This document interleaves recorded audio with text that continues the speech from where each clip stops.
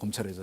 예, 오늘 만남에서 검찰 인사 관련 이야기가 오갈지 주목됩니다. 앞서서 뭐 법무부 관계자는요, 오늘 인사 이야기는 나중에 추후에 다른 자리에서 할 거라고 얘기를 했지만은요, 그럼에도 불구하고 오늘 그 뭐 어떤 인사 얘기가 나올지에 대해서 일단은 한번 저희가 그 예전의 발언을 통해서 한번 유추해 보는 시간 잠시 갖겠습니다. 장관은 재청권이 있을 뿐이고요. 인사권 한 자는 대통령이기 때문에 법무부 장관은 검찰총장과 협의해서 하게 돼 있단 말이에요. 그러니까 그럴 계획을 가지고 계시는가요? 협의가 아니고 법률상으로는 검찰총장의 의견을 의견을 듣는다라고 듣고 알고 있습니다. 있습니다. 네, 추 장관 인사는 그 협의가 아니라 법률상으로 검찰총장의 의견을 듣는다라고 했습니다. 이걸 두고서 노무현 정부 시절에 이 강금실 법무부 장관과 이 송광수 검찰총장 사이에 뭐 약간 해석 여지에 따라 다를 수 있습니다만 인사 갈등 양상이 뭐 재현되는 게 아니냐, 재현되고 있는 게 아니냐 이미 뭐 이런 얘기도 나오네요. 나중에 좀 종합적으로 말씀을 드리겠지만 제가 볼 때는 정말로 팩트하고는 상관없는 해석이 너무 난무하면서 춤을 추고 있는 것 같아요. 예를 들어서 이런 거예요. 지금 법무부에서 설명한 건 오늘 자리는 법무부의 외청장과 산하기관장관의 상견례 자리고 검찰 인사와 관련된 것은 별도로 따로 이야기를 할 것이다라고 이야기를 했어요. 그럼 거꾸로 그냥 오늘 그 자리 한다면 잠깐 봅시다 해가지고 얘기를 했다면 뭐라고 얘기를 했을까요? 언론이나 이런 데서. 이 중요한 검찰 인사 문제를 그냥 한마디 툭 던지고 그냥 어떤 그 얼굴 본 김에 하는 식으로 그러니까 소홀하게 그냥 형식적으로만 하고 처리해 버렸다라고 또 얘기 나올 거 아닙니까? 그냥 별도로 만나겠다라고 하는 것이고 그래서 그러니까 오늘 이 자리에 서는 거 아니냐 했을 때 원래 과거의 관례에 따르면 따로 만나서 이야기를 했는데 왜 이렇게 하느냐라고 했거든요. 지금 법무부에서 별도로 만난다고 멘트 나왔어요. 그럼 정리된 거 아닙니까 사실은? 예.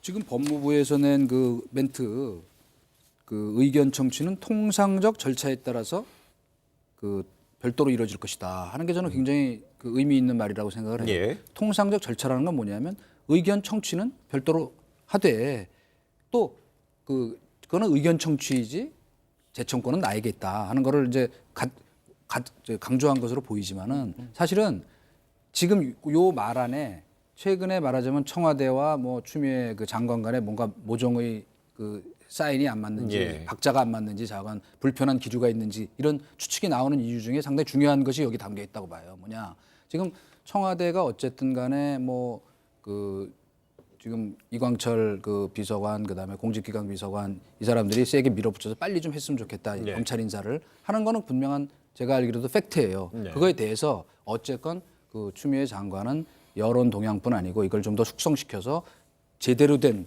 이야말로 통상적 절차를 다 거쳐서 하겠다 하는 그 이 완급 조절에 대한 그 속도 차이는 분명히 있는 것 같아요. 그렇기 때문에 따로 이제 만나서 의견을 듣겠으나 중요한 거는 우리 검찰에서 먼저 자기 의견을 제시할 것 같지는 않다는 거예요.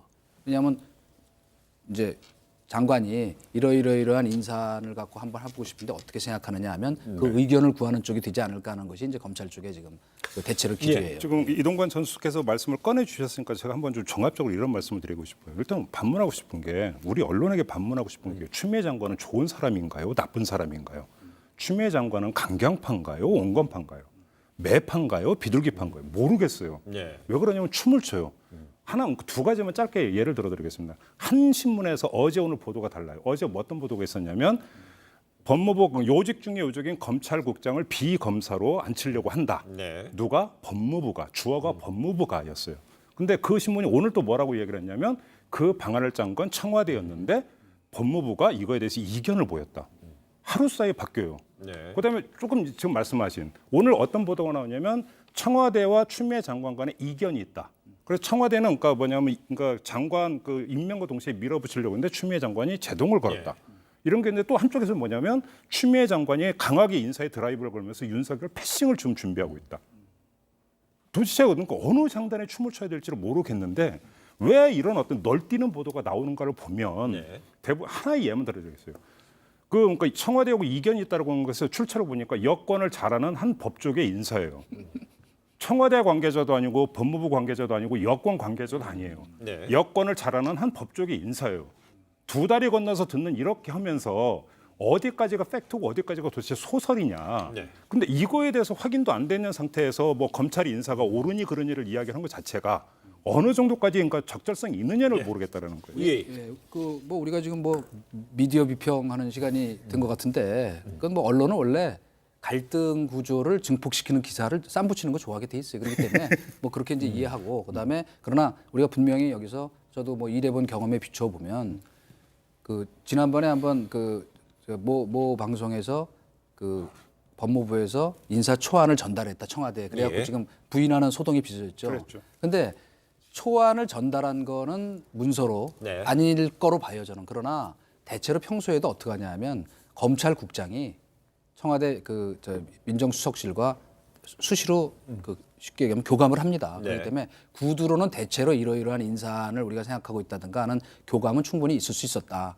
그러니까 그것이 아마 흘러나간 것으로 보인다는 것이 지금 이제 청와대와 검찰 주변의 얘기고, 네. 그래서 바로 이제 얘기하신 것처럼 왜 빨리 해라 아니면은 조금 더 신중하게 가자 하는 정도의 차이는 사실은 그거는 충분히 있을 수 있는 거예요. 다만 그 갈등을 어떻게 보느냐, 그건 갈등이 아니고 사실은 일을 처리하는 어떤 이 완급의 조절의 문제이기 때문에 그거는 추미애 장관의 그 태도가 저는 온당하다고 보고, 왜 인사를 했는데 본인이 어쨌건 처음 네.